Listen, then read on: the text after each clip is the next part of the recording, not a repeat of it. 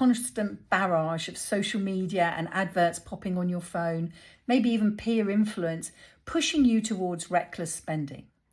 Realizing the value of your time and your resources is a crucial step in achieving financial security and the freedom that that can bring. Imagine if you never had to work another day in your life just to pay the bills. What if you could create even greater financial security in your life and the ability to choose to do what you love? If you're yearning for more financial security and the time to pursue your passions, you need to subscribe to A Wealthy Life. My name's Vicky Wishay and I'm the host. And the aim of this show is to help you pinpoint your values and create a plan to live a truly wealthy life, doing what you love with those that matter to you most. What if you could take more control and create the life you really wanted to live? Do subscribe now. Hello and welcome. It's Vicky Wishay with another episode of A Wealthy Life. And if you're watching on YouTube, you'll notice that I am joined again by Jay in the amazing, what are we calling that, lilac shirt. Jay came on an episode a few weeks ago, told us his story, and we really sort of talked about both the trials and the tribulations, but also why investing is basically a business, non-emotional, and for the long term. And in the, off-air chats that I get to have with all of my guests, which is so wonderful, picked up on some views that Jay had in his role as sort of the pension expert. And so we want to make sure that we pick that up and have that conversation for you. So I think it's going to be really valuable to listen to somebody who is both a pensions expert, but also a property expert in that he's got 20 years of investing in property, even though he's just a babe, as we found out last time. So welcome, Jay.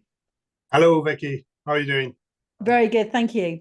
Excellent. So we spoke the last time off air, and we were talking about your controversial reviews, which it then turned out that I think I agreed with anyway. So either I'm also controversial or we're both off course or whatever it is. But I really want to get into this bit about pension versus property for retirement. So I think everybody in the UK is driven with this idea of I'm working until I can retire, which is such a shame because it doesn't have to be that way. If you invest in property, you can retire whenever you want. I mean, I'm quite sure that you could probably retire now. You probably wouldn't because you're so young and probably love what you're doing. I hope to keel over one day at my desk, Vicky, but carry on. Oh no, that's a dreadful thing. You want to keel over on a beach? Yeah, I want to like roll off a boat accidentally and fall in the water and be dead before I drown. Now that's a bit morbid, but something like that. I very definitely don't want to drop dead at my desk. I know, with my tomatoes, that's where I'll go. I'll go be compost. Fair enough. Fair enough. But if you love what you do, then there's no problem with working at all. But there are an awful lot of people that don't love what they do, that aren't as fortunate as us. And so this notion of either being able to change jobs or feel more financially secure or simply prepare for a retirement that they are not confident that they have the money if they don't do anything and they don't get involved. And I think that's very wise. And that's obviously why people talk to you first about pensions, but also this idea of property. And I'm scrubbling around and wittering on because I can't think, how do I start this to like weave us in? Is it worth having the conversation about, I suppose, almost like, what's the difference between a pension and a pension? Is there something about pensions that we should know, that not all pensions are equal? No, definitely not. Not all pensions are equal. So obviously there are different types of pension. And if we ignore, for the purpose of this conversation, a pension called defined benefit, which might be better known in the public as a final salary pension. And those tend to be government-backed pensions or for public sector workers or people that were fortunate enough to work for some very, very large private companies back in the day. And let's take those aside because they're a very different type of pension. Instead, if we focus on what we call defined contribution pensions. So those are pensions that have an actual monetary value, just the same way your savings account has a monetary value, or your ISA has a monetary value. And that could be a personal pension. That could be a workplace pension. And let's be clear, a personal pension and a workplace pension are physically the same thing. It's just one is a personal pension in a large group of personal pensions, and one is just an individual personal pension. So a personal pension can invest in lots of different types of assets. And then we have something called a SIP, a self-invested personal pension. Now, people traditionally think a SIP is a very, very specialist type of pension. It's not anymore. The majority of our clients' pensions are, in fact, SIPs, but they're just invested in normal investment funds and normal investment portfolios, just like a workplace pension. The difference between a SIP and a regular personal or workplace pension is that, in theory, the owner of the pension, i.e. the pension holder, so let's say I have a SIP, can invest directly into various different assets. And of course, property is an asset, which comes up a great deal for a lot of our clients who are property investors. They will call us and say, can I invest in property with my pension? To which we say, well, in theory, yes, even if it's not a SIP, or an even more specialist type of pension, which is called a SAS, which is a small self-administered scheme. Small self-administered schemes are extremely specialist, and that would be a whole podcast for another day. But if we just come back to SIP for a moment, it's absolutely very possible to invest in property using your SIP, in theory. In practice, most people don't do it. And my personal view is, in practice, most people should not do it. The reason why I say that is, first and foremost, one can only invest in commercial property in their SIP. If you try and invest in residential property, you will be hit with taxation and fines. So you have to stay away from that. So for me, if somebody wishes to purchase property using any means, in the first instance, if they want to go down the commercial road, which again is a lot rarer than residential, but let's say we have a client, most of our clients run their own business, and they wish to purchase the property to house their own business in.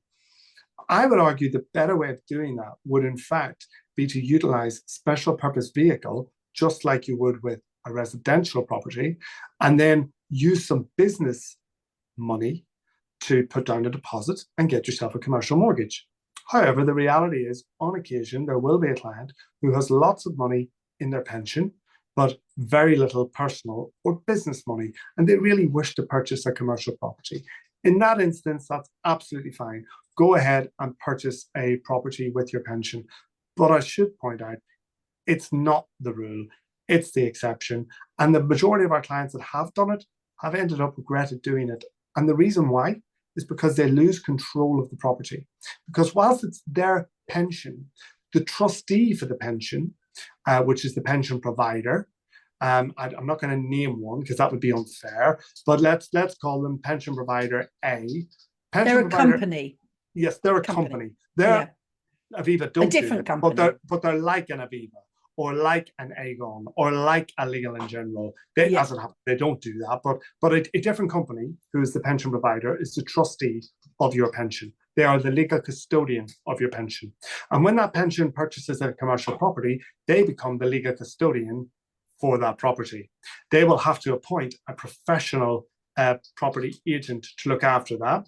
Many of them typically use someone like CBRE or Knight Frank, one of the major commercial valuers and managing agents. They all have to be paid to do this. And running a SIP that invests in property can be very expensive. In addition, you don't get to pick the solicitor you wish to utilize. The pension provider gets to pick a solicitor, which again can frustrate a client because they're dealing with a very large solicitor firm and they're dealing with call centers, and it just gets very frustrating. It just gets very frustrating. And although we have presided over property purchases for clients, most of the clients get relatively frustrated and end up selling the property and going back to just investing in normal assets like investment funds, stocks, shares, corporate bonds, commodities, government bonds with their pension. So not all pensions are created equally. SIPs can invest in property. SASs, conversation for another day, extremely niche. Regular personal pensions, I'm a big fan of. Regular SIPs that invest in normal asset classes, I'm a big fan of, particularly given the taxation savings for a lot of our clients who are in business, or a lot of our clients who are landlords that invest through a special purpose vehicle limited company. Okay, so not all pensions are equal, but if we talk about a personal pension or a SIP, then really where you're at there is thinking about your own personal circumstances. So I've got a pension, and let's give the example of I've got a business. So if I've got a business and the business is profitable, there are ways to transfer the money out of my, let's call it my day business, into my property business and buy property that way. That would be much simpler from what you've said than buying it in the pension. Absolutely. Another example might be I've got my pension again, but now I'm employed and I'm maybe a high rate taxpayer, and I've got bonuses, or I've got savings, or I've got money somewhere, and I want to invest in property. Again, a limited company would be an easier way. And that really doesn't matter whether it's residential or whether it's commercial.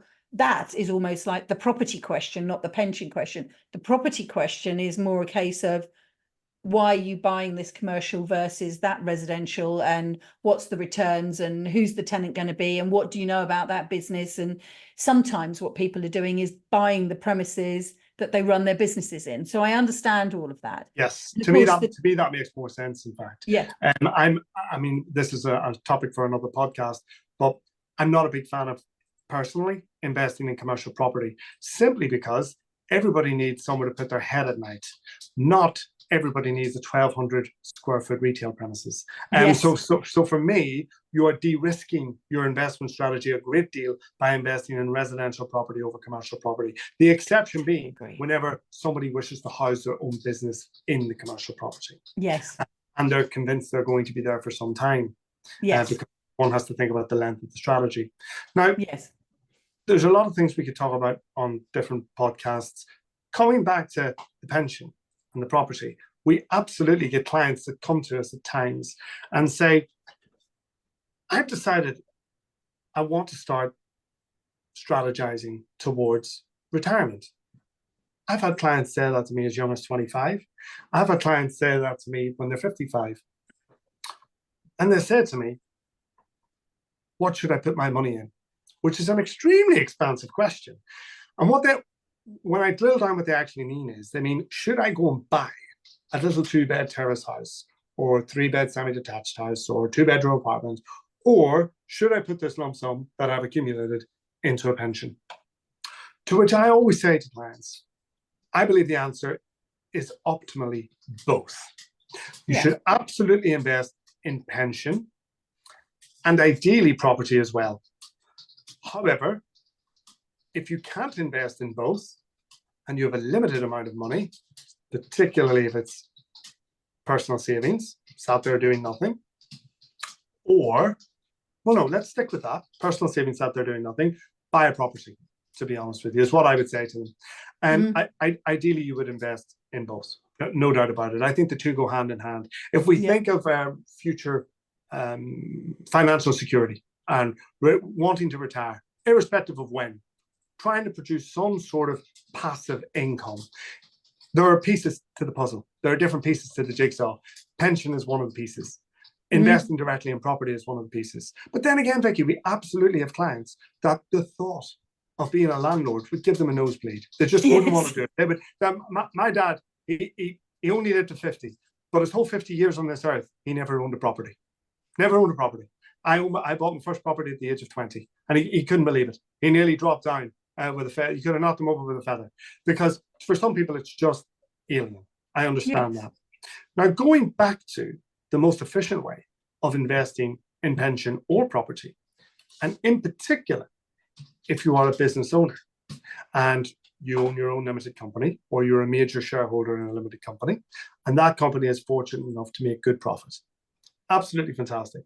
And let's say for a moment, if you humor me for a moment with this hypothetical, that you're taking a relatively modest, in the modern day, £50,000 in salary and dividends in order to utilize your personal allowance and your basic rate tax relief. Brilliant, you've done that.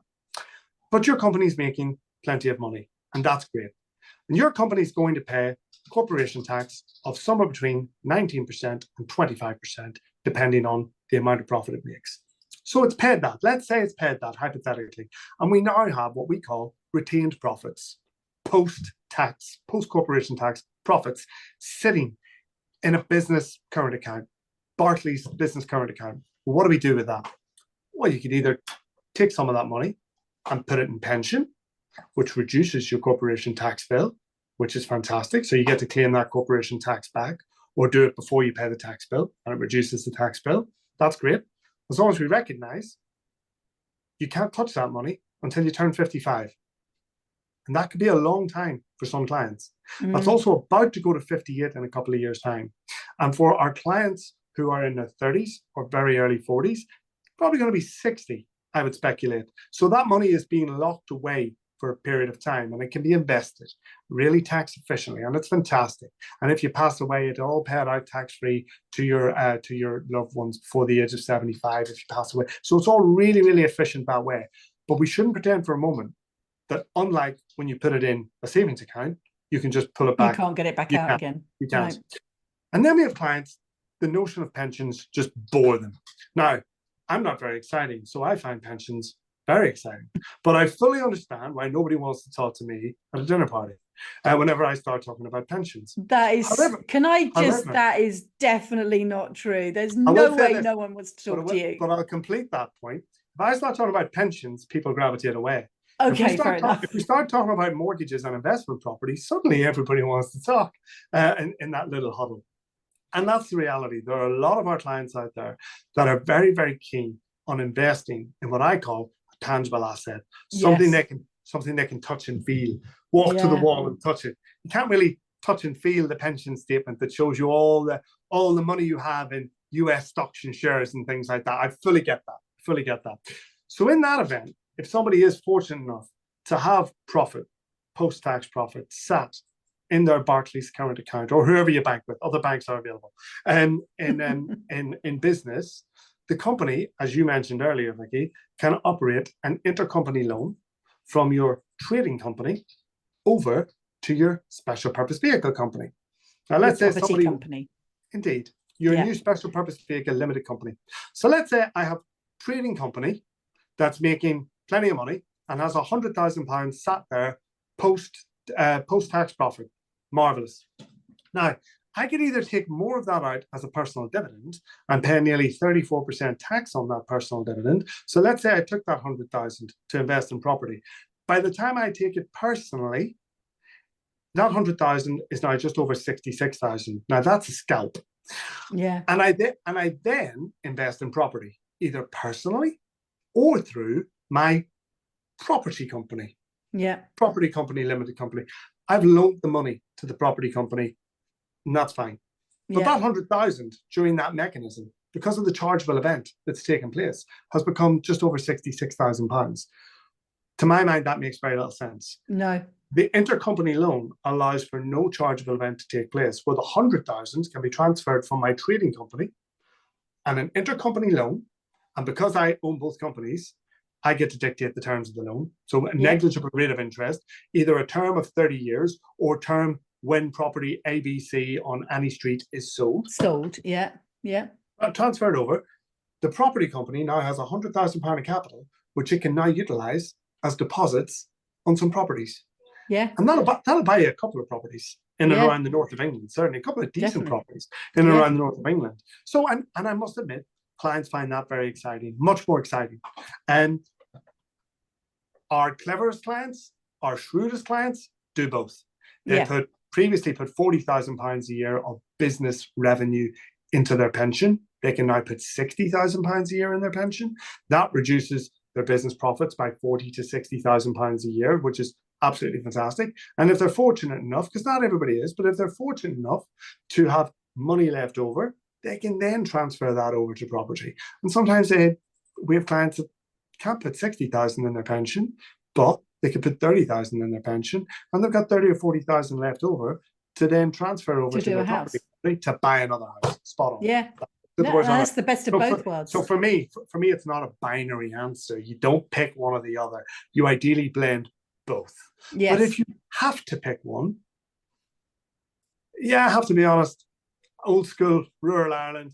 I like bricks and mortar. I'd probably go and buy a house. Yeah, no, it's interesting, isn't it? It is Bear in that mind, my day job is tangibility. managing pensions. I My know. day job is managing pensions, and I believe in pensions strongly.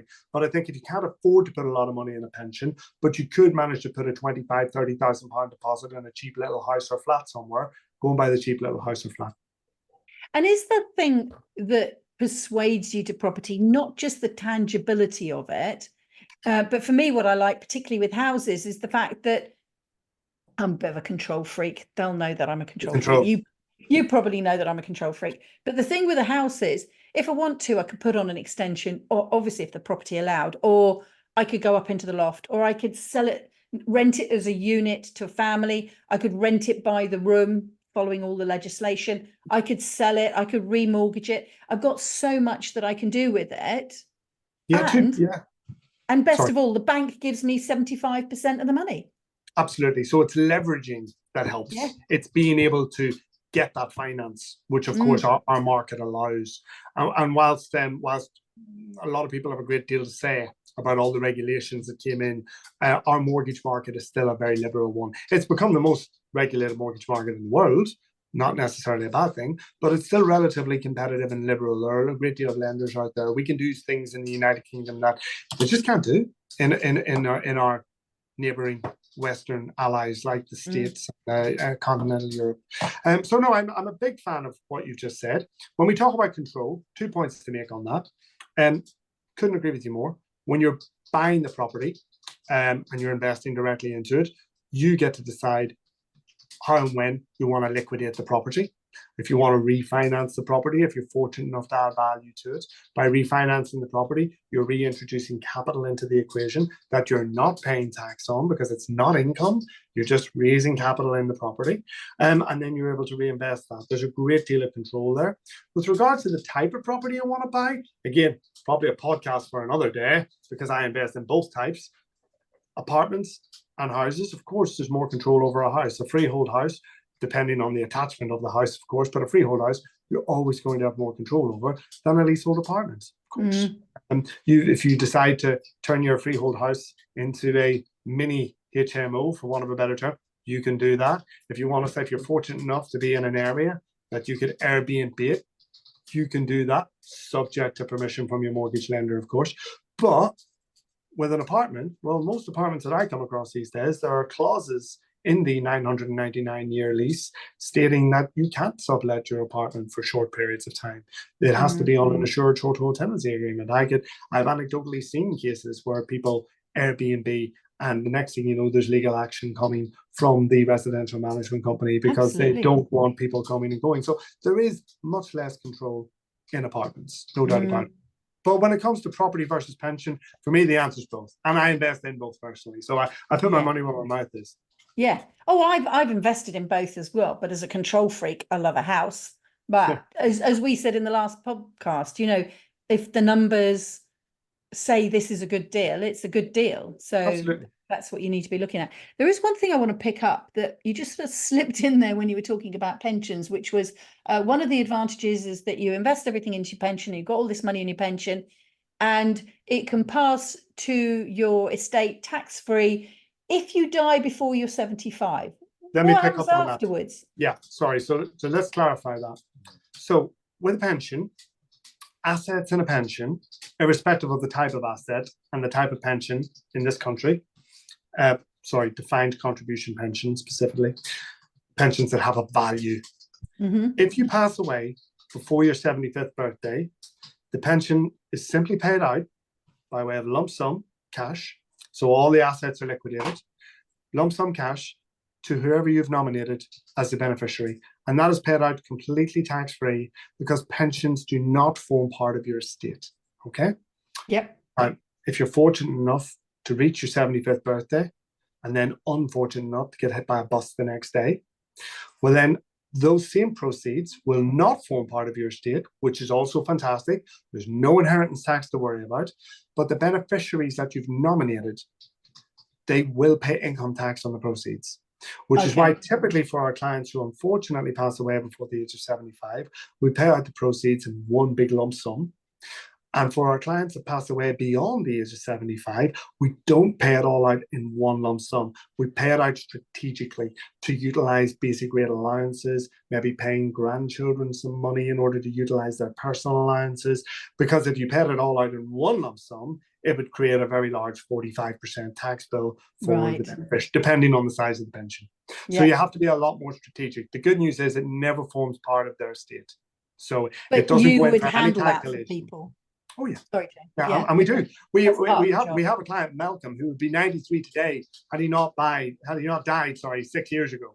When Malcolm died, his pension pot was worth £780,000 at the age of 87. We pay his 4 grandchildren £1,000 a month each, because his 2 daughters, who are higher rate taxpayers, so over £100,000 a year, they're losing their personal allowance, and they just doesn't make sense to pay them any money. And in fact, today Malcolm's pension is now worth £850,000 because we're paying out less money than what it's making. Nice. Profit. So yeah, in an ideal world, a pension should survive its owner. Unless the owner doesn't want it to survive it and they want to drain all the money out before they pass away, which happens. But yeah, once upon a time, long before lots of good legislation came in, sometimes if somebody passed away, the pension would pass away with them. And that still happens in defined benefit schemes where somebody passes away without a spouse, without a civil partner, or without a dependent relative who is financially dependent on them. But with your own defined contribution personal pension, which includes your workplace pensions and your group personal pensions and your SIPs, and when you pass away, whatever that pension is worth, it will survive you. It doesn't disappear with you.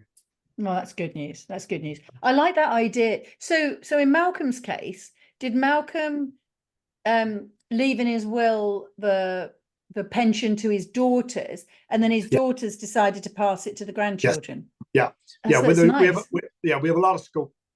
We were able to work with the trustees, where the trustees recognized the daughters were the named beneficiaries, but they were very happy to go on record to say, well, actually, rather than we receive the money directly, can it be paid to our 2 children? And that's paying for their private schooling. Now, that's an extreme example of somebody who was very fortunate and well off, and Malcolm made a lot of good decisions when he was younger and built up a very big pension pot, which was absolutely fantastic. And his daughters were very well educated, which is why they had very good jobs with AstraZeneca, and that's all brilliant. But that pension, it's a legacy, is what that is, financial legacy. But of course, when you purchase property in your limited company, that's also a legacy, because that becomes business assets. Which we could talk on all of that in another podcast, but it's one of the advantages. It's a big advantage that people don't think of, but it's a huge long-term advantage of purchasing property through a company as opposed to purchasing it in your personal name. Yeah, because then what you're doing, generation. Yes, in terms of inheritance, you're actually selling shares in a thing to people, or bequeathing shares in a thing. You're bequeathing shares in a business. Yeah, yes, absolutely. Rather than in which case it comes in for a great deal of business property relief when it comes to calculating potential inheritance taxes. Yeah. So. Just one more go at Malcolm again. So there's a little bit of me that's going, well, yeah, I acknowledge £780,000 is a lot of money, but actually it's not that much money if you've still got the pot there. The pot is growing. I don't know how many granddaughters there were, whether there was 2 or 4 of them, but there's at least there's 4 grandchildren and 2 daughters. So there's £48,000, like nearly 50 grand coming out of this pot every year, but the pot is still growing. Yeah. And presumably the reason that you're paying out 12 grand is to capitalize on their tax-free allowances. £170 tax-free allowances. Exactly. So the thing is, how easy is it to get yourself to, let's just go for £500,000, because I always thought, if you can't get a pension in excess of £1 million, there's no point having one, because it's never going to pay out anything at the other end. And where I am now an employer of my own business here, I've been forced into having one of those little workplace pensions, and I'm just thinking to myself, it's just another thing that I'm going to lose or forget somewhere in the history of everything. I mean, obviously I won't, because there's paperwork to it, but it's just, how easy is it to get to a £500,000 pension pot? Well, think of it like this. If somebody of the age of 40 started putting £400 a month in the right ISA, because of course you can put £400 a month in an ISA. Don't mean a cash ISA, I mean a properly invested ISA where you can get good long-term returns, or a pension. And they averaged a net return of 7% every year. And they never increased that. You probably would increase it, of course, but let's say you didn't. Let's keep it simple. About £400 a month over the 40-year-old on their 40th birthday start putting £400 a month away. On their 70th birthday, which depressingly is when they'll probably end up with their state pension, on their 70th birthday, that'll be worth about £490,000. Nice. That £400 a month, that £4,800 a year, assuming an investment growth of 7% a year. And on an investment portfolio in a tax-free environment like an ISA or pension, for a client on a risk scale that falls on about 5 out of 10, we would aim for an average return of 7% a year over an economic cycle of 5 to 7 years. That's what that would be what we would target. So you can't guarantee those things, of course. No. And of course, we have to bear in mind capital is at risk when you invest it. Of course it is. Like it's at risk when you invested in a house. When you invested in any investment environment, whether it's a pension, stocks and shares, ISA, a house, values can go down as well as go up. But presuming they went up on average 7% a year over 30 years, it'll be just shy of £500,000. And that's assuming that you didn't increase your contribution over the 30 years that you were doing Absolutely. it. You kept it level. If you did increase that over the 30 years, if you started at £400 and you increased your contribution by 2.5% a year, and I picked 2.5 because inflation between 2.5, let's say, then your £490,000 pot would become £630,000. And that's just to inflation proof it.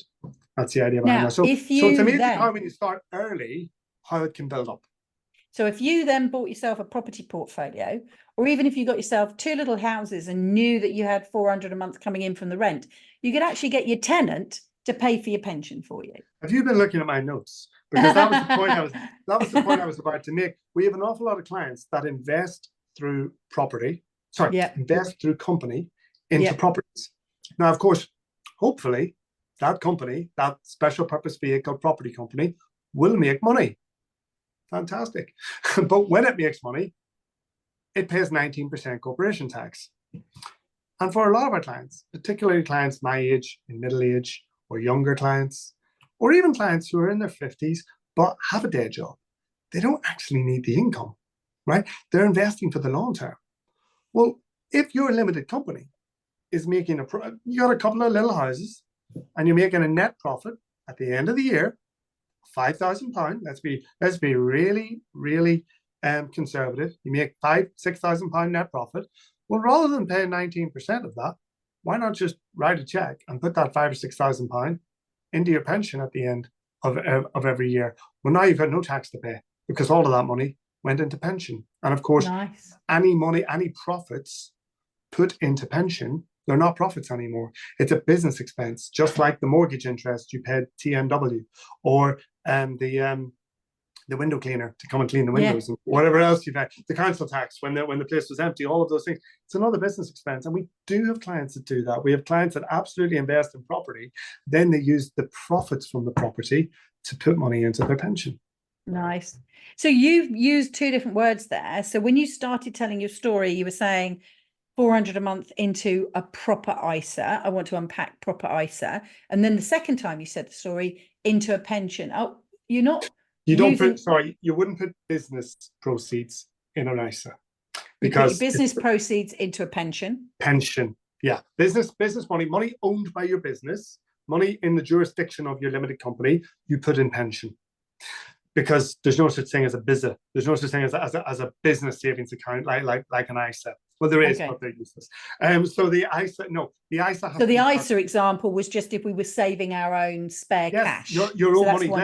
Let's say you're an employee, you're taking home £2,000 a month, and you get £400 a month left over. You could put it in a savings account with Lloyd's Bank and maybe get 3, 4, 5, or Metro Bank. I think are doing 5% at the minute. That's great, no problem. But you will pay tax on that interest. Whereas if you put it in the right ISA, you can either put it in cash ISA, they don't have a great return, or an investment ISA, more commonly known as a stocks and shares ISA. The reason why I don't like to call it a stocks and shares ISA is because very few of our clients' ISAs that we manage are 100% invested in stocks and shares. Normally about 40 or 50% of the money is in stocks and shares, and the rest of that money is then divvied up in different asset classes: commodities, corporate bonds, government bonds, infrastructure projects. Good. So I've got that. And then the next thing that you said just in this piece was that you manage. So if we're going to set up one of these ISAs, do we all need to come to someone like you? Or can Absolutely we just not. get No, an I should ISA be clear. ourselves? There are plenty of people out there that offer ISAs that are direct to customer ISAs. I shouldn't name names. Oh, so that's like the list of names that we didn't name before as examples. If somebody Googles, not though, if somebody Googles investment or stocks and shares ISA, there'll be a number of new age companies that come up. In fact, I will name one. I'm not going to recommend them, but I'm happy to name them. They're called Nutmeg. All right, yes, I've heard of them. And if you're doing your own self-service ISA, they do a perfectly good job. The reason why I'm okay with naming them, although I'm not recommending them, is that they were purchased by JP Morgan a couple of years ago. JP Morgan are the world's largest bank. So when it comes to stability, you won't get better. We've actually transferred a number of clients' pension ISAs that they started managing in Nutmeg themselves over onto our jurisdiction, one of our platforms, because the client didn't want to manage it themselves anymore. They wanted us to manage it for them.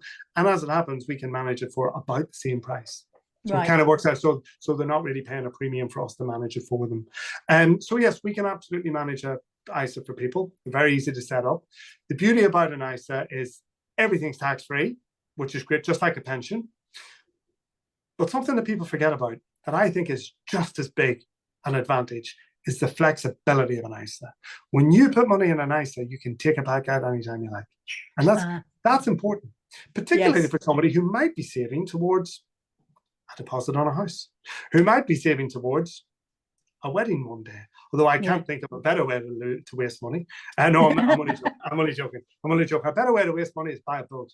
But no, I think I think it's important that people have a certain amount of flexibility.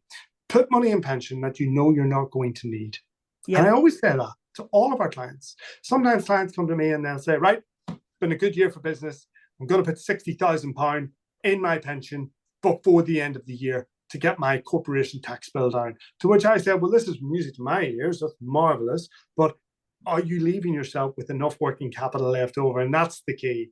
And when you think of a person who might want to put more money in pension as opposed to a business, maybe the answer is put it in ISA, because then if you suddenly need it, it's there. You can get it. Yeah. That's brilliant. So just again, because I'm processing some of the bits you went, oh, I've got another question. Where you're saying that you manage the Nutmeg style of investment ISAs, which is stocks and shares, that management, is that you picking the stocks and shares? We utilize a number of different portfolio managers. So Nutmeg used portfolios created by JP Morgan Management. There are 62 professional portfolio managers in the United Kingdom that manage full portfolios for retail investors and financial advisors. There are about 27 good ones. I have no idea how the other 35 make money, but there you go. So of those 27, we sit down once a year and we select what we believe to be the best 7 to 10 of those. And we use those. I'm more than happy to name the ones that we use the most over the past, say, 5 years. Tatton Investment Management. They offer excellent portfolio management. Bruin Dolphin, Morningstar, Cazenove Schroders, Quilter. They're just 5 of the ones that we use. They're excellent portfolio managers. We don't tend to leave the money with them. The money tends to sit on what we call a platform provider. The largest platforms in the UK are run by Aviva and Standard Life Aberdeen. And we tend to utilize those because it's all about financial strength and it's all about technology. And we want to have the technology there that we can make changes if we need to make changes. And so the client can log in anytime they like and see how their ISA is doing or see how their pension's doing.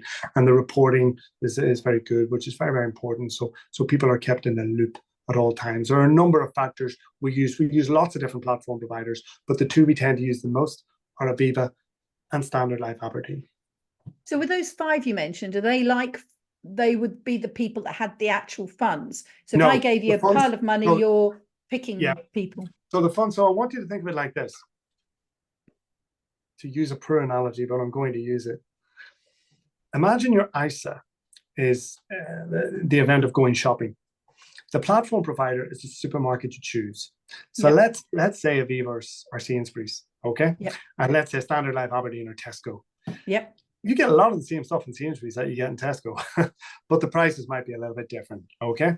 And the Sainsbury's might have a slightly better selection of XYZ or something like that. So normally we'll just pick a supermarket, say Aviva. They're the custodian. They are the legal custodian. It doesn't matter if I go out of business. It doesn't matter if the portfolio manager goes out of business. As long as the supermarket, as long as Aviva don't go out of business. Now I want you to think of the ISA or the pension as a shopping trolley, okay? And the portfolio is the shopping trolley. Rather than me run round the aisles, which we used to do, run out of the aisles and decide what bread, whether we're going to put Hovis or Warburton, or whether it's going to be white or 50-50 or brown bread in the basket. I hand my shopping list along with the budget to a personal shopper, and the personal shopper runs around and does it for me. And that's Brewin Dolphin, and that's Tatton, and that's Schroeder, and that's Morningstar. But if at any point I feel that personal shopper isn't doing as good a job as it should be, I just say, thank you very much, let go of the trolley, I take the trolley off them, and I give it to somebody else. And that's where I come in. I have to provide that governance and management, that oversight. So you're checking on our personal shoppers? Yes, it's my job to make sure they're doing their job. And very often we'll use a number of portfolio managers. Some of my clients' most successful pensions aren't just managed by Brewin Dolphin. They're managed by Brewin Dolphin, Quilter, and Tatton. You know, again, so they might have 3 shopping trolleys. Absolutely. Nice. Absolutely. Nice. 3 shopping trolleys all running around Sainsbury's or Aviva or Tesco's or any other supermarket. Well, that's why we call them in the industry funds supermarkets. It's where we go to buy our funds effectively. Right. So yeah, we don't put money in one fund. We put money in most of the portfolios that we invest in are anywhere between 18 and 35 different investment funds. I like to liken the investment approach. If you put money in one fund, which is a multi-asset fund, you're using, forgive me, Vicky, a sawn-off shotgun. And if you take 3 foot off the barrel of a shotgun and you pull the trigger, the lead pellets are going to go everywhere. Yeah, and you'll hit everything. Fantastic, job done. It's a little crude, but it's job done. What I prefer is a portfolio of 20 sharpshooters, where sharpshooter number 3 is focusing on a particular sector of US stocks and shares. Sharpshooter number 19 is focusing on European Union corporate bonds. Sharpshooter number 20 is focusing on new Indian stocks and shares. You know, they're specialists in their own sector, and frankly, that's better. That's more sophisticated, and that's our investment strategy. Whenever we're typically managing somebody's pension or their ISA or their investment bond or whatever it happens to be. That's brilliant. I interviewed a lady called Elizabeth Pearson, I think. I'm not sure if her podcast has already come out or not. Well, it will have come out by the time this podcast goes live, because obviously I prepped them in advance.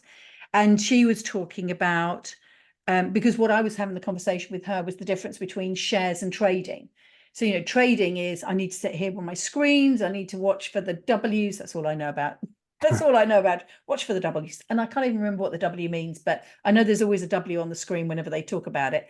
And that's where you're constantly buying and selling and trying to beat the market and all that sort of stuff, which is great if you love that. But that tied me to my screen too much. So I was really interested in this idea of investing in shares, because I was given a whole load of shares by, was it Halifax or Abbey National when they became a bank? Yeah, whenever they're demutualized, a lot of the old building societies became banks. Yes, and they gave you shares. Yeah, I remember. And I got £2,000 worth of shares, and they just sat in I think it was a Fidelity ISA or something, and I don't even know what they were doing. And I just left it there, and I turned around one day, and they were worth 12 grand, and I was just thinking, oh, that's handy. You know, I didn't do anything. Unfortunately, I then took it out and wasted it on a nice house and stuff like that. But that's beside the point. So then I was thinking, well, what do I want to do to get back into it? Do I want to be picking stocks for myself. And then if I pick stocks for myself, I'm sure that you could, but there was a little bit of me. I think it was a good idea, but I haven't done it yet, I think we've so got I'm to, thinking. I think we've got to be really careful at this point on the podcast, because it's important that people understand that when using share trading schemes, and that there are many out there that you can wrap in an ISA or a pension, that more than 7 out of 10 people lose money picking those shares themselves. Okay, and that's Because why they're not a sharpshooter that you and picked. also, yeah, absolutely, let the fund manager pick the stocks. but at the same time, when we look at a self-managed portfolio ISA or portfolio pension, like Nutmeg we mentioned earlier, that's very different. You've de-risked that, because now you're back to having the portfolio that I talked about, except you're just picking your own portfolio. And rather than having lots of portfolio managers to pick from, you only have the one, because Nutmeg just provide their own portfolios, which isn't necessarily a bad thing. It just reduces choice. So there's nothing wrong with that. Vicky, when we invest people's money, our North Star will always be diversity, diversity, diversity. And why is that? It's important to be as diverse as you can when investing your money. And whether that's in a pension, whether that's in an ISA, or whether that's buying some property, for instance.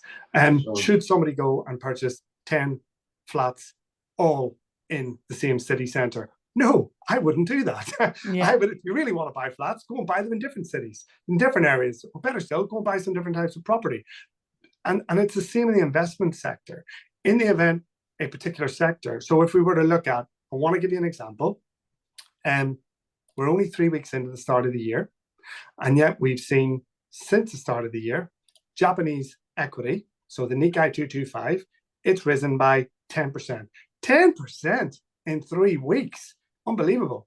But if you'd have put the same £100,000 in a Hang Seng tracker, which the Hong Kong stock market, you would have lost 9% of your money. Your £100,000 is now worth £91,000. If you put it in a Nikkei 225 tracker, today it's worth £110,000. We don't do that either. There's not enough diversity there. Okay, but even that's more diverse than just picking a couple of single companies to invest in. Yeah. I'm not saying don't do it if that's what people really want to do. They just need to be aware, when you do that, you really are a master of your own destiny, and the odds are against you, because the Financial Conduct Authority in this country, in the UK, clearly state for the providers offering platforms for people to go and do their self-trading, they have to tell them that over 70% of people lose money when they do that. So for me, invest money, be diverse. Simple as that. Yeah. Jay, this wasn't what I thought we were going to talk about. We did our controversial bit up the front, and then we wandered down this line, and this has just been such an education. I mean, bits that I like. I knew the cherry on the cake on the iceberg, whereas now I feel like I've got a grasp of the iceberg as well. You know all the bit that's under the water, but I'm now aware that I'm more than just a cherry on a cake. I'm sitting on an iceberg, and I know that there's an iceberg, and I'm very happy with that. Brilliant. And I have taken hours and hours of your time, because obviously we've had some extra natters around the outside. I am so grateful for your time. I don't think this will be the last one. I'm going to ponder on these, and you ponder, and if there's something else that we think we can wrap up into another bit of, sharing your sort of knowledge. This was broad financial education, I think, really made a difference. I hope, if you're listening, when you're listening, that this is really making a difference to you. And I just really want to thank you. Thank you, Jay. It's a pleasure, Vicky. It's always a pleasure to chat. Thanks. Yeah, I love speaking to you.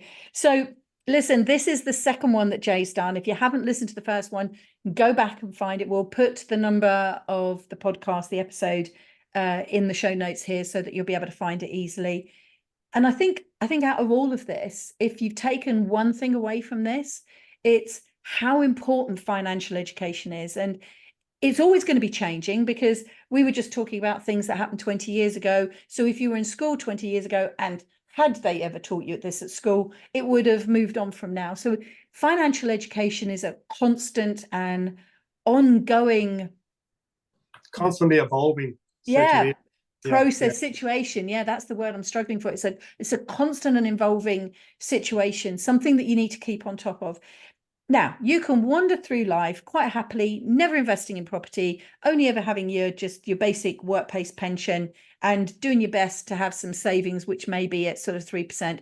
And basically, you're going to come to retirement and sort of good luck. And maybe you will be happy.